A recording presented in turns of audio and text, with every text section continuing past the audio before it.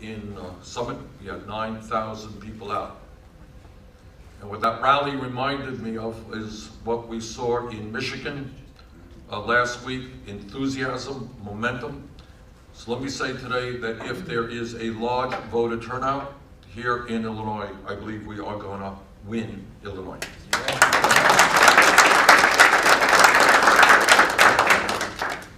As all of the previous speakers pointed out, this campaign is more than just an election between Secretary Clinton and myself. It is about the future of the Democratic Party. It is about one candidate who has taken, just in the last reporting period alone, from her super PAC, $15 million from Wall Street. $15 million from Wall Street, and we expect more to come in the future. Millions of dollars from the drug companies, millions of dollars from the fossil fuel industry. That is one part of the Democratic Party. But to my mind, that is not the future of the Democratic Party. This is the future of the Democratic Party. Future of the Democratic Party is a party that does what we are doing in this campaign, raising millions and millions of individual contributions, averaging $27 apiece. Those are the people that we are going to be beholden to, not Wall Street, not the fossil fuel industry, and not the drug companies. Now, all of that takes us to the city of Chicago right now.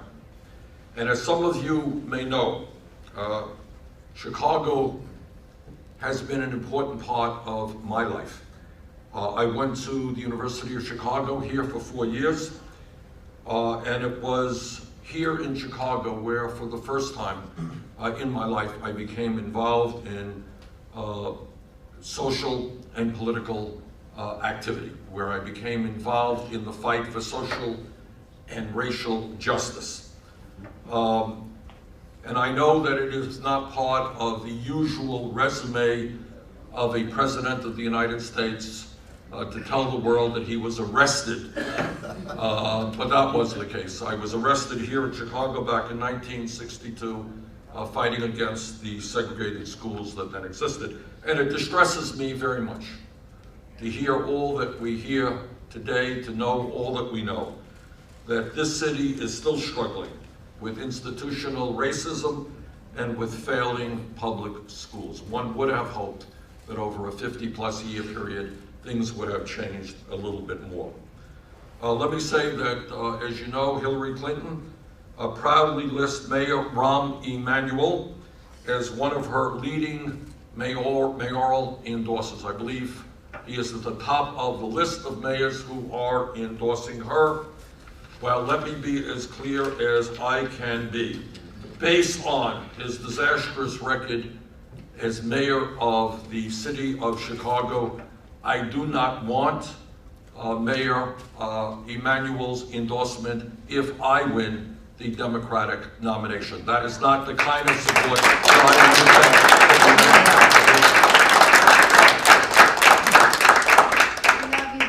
Bernie. Thank you. We want the endorsement of people who are fighting for social and racial justice. We do not want the support of people who are indebted to Wall Street and the big money interests. Yes. Now, Mayor Emanuel told the people of this city and the country that he had no choice but to close 50 public schools in Chicago, mostly in poor Black and Latino neighborhoods, because of a budget deficit. And as I understand it, he is now threatening to lay off even more teachers, cut their pay, and close even more schools because of a $480 million budget shortfall. Obviously, this is a disaster for communities in Chicago, for communities of color, and for the children of this city. But here is what the mayor conveniently forgets to tell the people of Chicago, and in fact the people of America, because this is an issue that goes beyond Chicago. The reason why the Chicago public school system is facing a $480 million budget shortfall has everything to do, as we've heard this morning, with the greed on Wall Street. Yep. That same greed that destroyed the American economy and resulted in millions of Americans 10 years ago losing their jobs, their homes, and their life savings. That greed never ends. The reality is that there wouldn't be a budget shortfall if the city of Chicago had refused to pay Wall Street banks like Goldman Sachs and Bank of America over $500 million for risky financial schemes that were marketed as a way to finance the public school system. That is $500 million. And what did these banks do for that money? They did a deal with Chicago called a quote-unquote interest rate swap.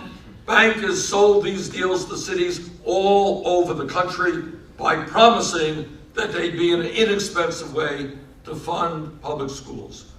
Well, they didn't work out so great. In fact, experts call these deals toxic swaps because they are so harmful. Now, other cities, and here is an important point, other cities fought back against toxic swaps. Houston, San Francisco, Philadelphia, Detroit, these cities acknowledged and said loudly that they were ripped off, and they took legal action or threatened to, and they got some money back from these fraudulent deals. Not Chicago. Not Chicago. This city just gave the banks what they asked for, and now they want to make the teachers and the school children of Chicago pay the price. So Mayor Emanuel had a choice. Either you stand with the children or you stand with Wall Street. He made the wrong choice. Now, why didn't the mayor or the Board of Education he appointed fight the big banks? Well, as we've heard this morning, the mayor's campaign got an awful lot of money from the financial sector. Think that might have had something to do with it? I do. City of Chicago should sue these banks for fraud and put public pressure on these wealthy bankers.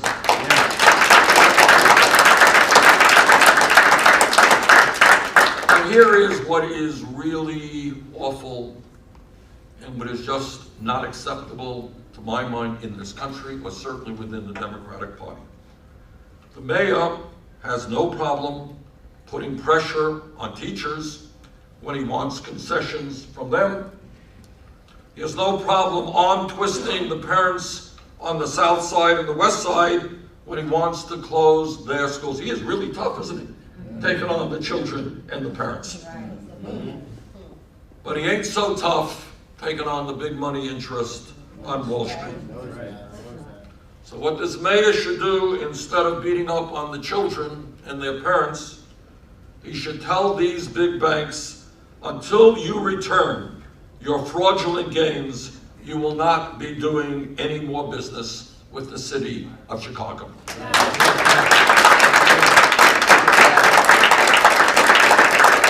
And by the way, mayor is not alone. It goes way up to the governor's office as well. Same thing. Governor is threatening to shut down Chicago State University, a historically black university, because he says the state of Illinois is broke.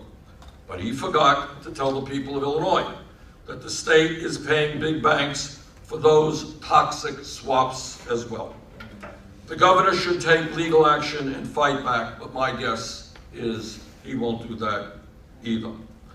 Let me just simply conclude by saying, as somebody who has spent much of his political career taking on Wall Street, demanding the breaking up of these huge financial institutions which are doing so much harm in this country, helping to lead the fight against the deregulation of Wall Street in the first place. Let me tell you that if I am elected President of the United States, the Justice Department will go after these Wall Street vultures.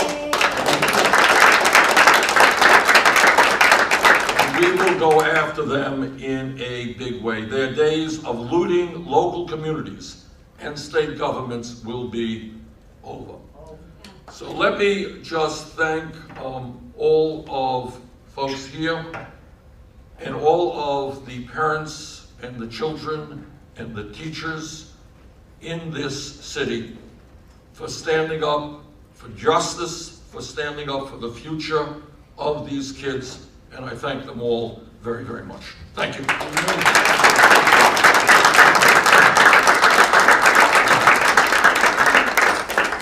Any questions for Sean? He's our official spokesman right here. Okay. Senator Yes. Sanders? Yeah. Actually, it is a question for kind of the crowd behind you. As I'm sure you guys are well aware, overwhelmingly African-American voters have chosen Secretary Clinton in the race so far. Do you have any comment on that? Do you think it'll be different in Chicago or Illinois? Yes. Yeah. Somebody want to answer that? Come on up there. It's the education.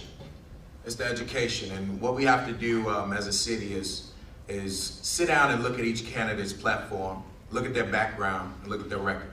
One thing that's missing in the black communities is we don't want to be a part of the political process because we've had these politicians that is funded by these Wall Street corporations do us so bad and take away the resources and opportunities in our neighborhoods, but we don't feel like we want to vote. So going forward, we want to restore hope in that by giving them a candidate that will care about them and have the best interests of all people. So it's the education. And if they sit down and look at the platform of Senator Sanders and as well as Hillary Clinton, they will see who's the better candidate. So that's what we're doing. Give us your reaction to the Trump rally being shut down last night and hundreds of protesters chanting their name as the rally was canceled.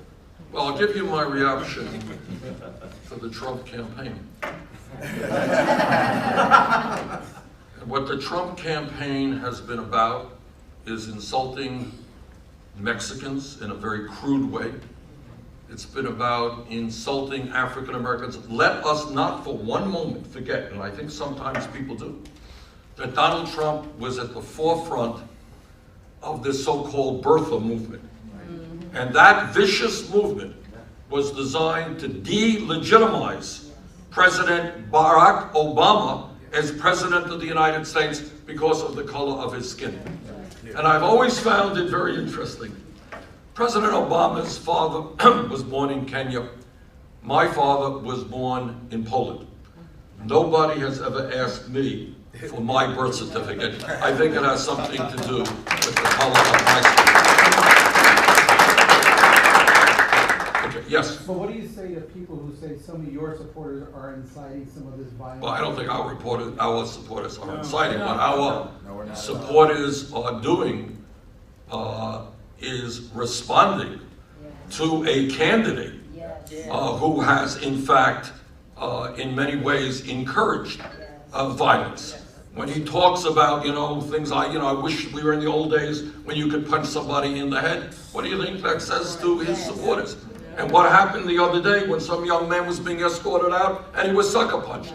And we have seen other incidents. So the issue now is that Donald Trump has got to be loud and clear and tell his supporters that violence at rallies is not what America is about, and to end it. Secretary Clinton compared what happened after the Charleston shooting, the way that people came together to get over a tragedy. She compared that to the way that people can begin to come together and target things like the violence at these Trump rallies. Do you agree with that sort of comparison that she had made?